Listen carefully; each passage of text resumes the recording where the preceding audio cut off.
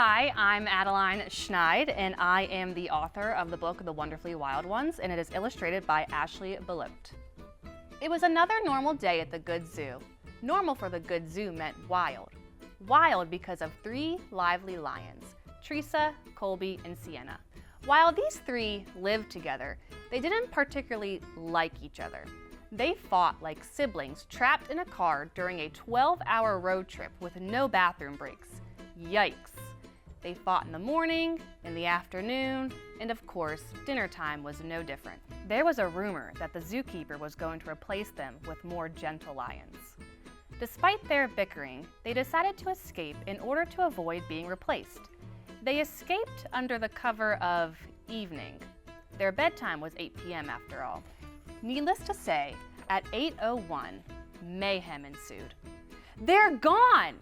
shouted the zookeeper. It was a soda-spilling, trash cans tipping, popcorn popping kind of time.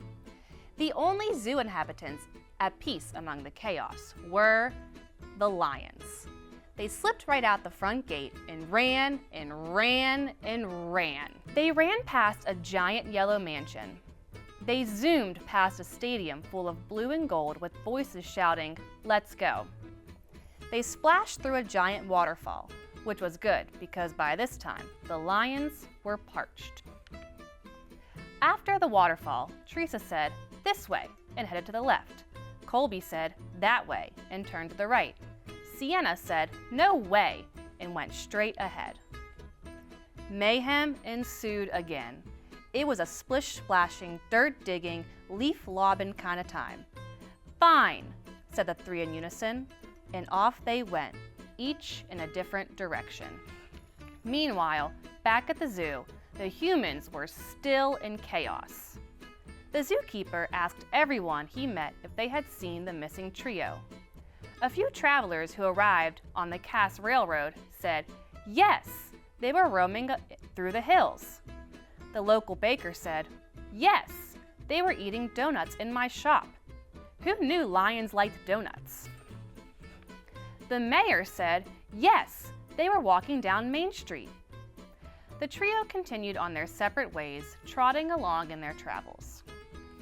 Teresa ventured to a vast lake, surrounded by skyscraping jagged rocks.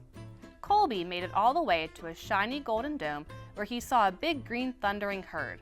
Not like the ones in the wild, though. Sienna hiked up to a bridge that spanned all the way across the valley. Each began to miss the others and the trio they once had. "What have I done?" thought each lion. Lonely and ashamed, they each continued walking and climbing and jumping and leaping until they came upon an overlook and decided to stop. As they approached, they saw each other. They began to appreciate one another just as much as the sights they had seen. Together, they sat and watched the sunset. Mayhem did not ensue. They didn't fight, didn't hiss, didn't claw or spit.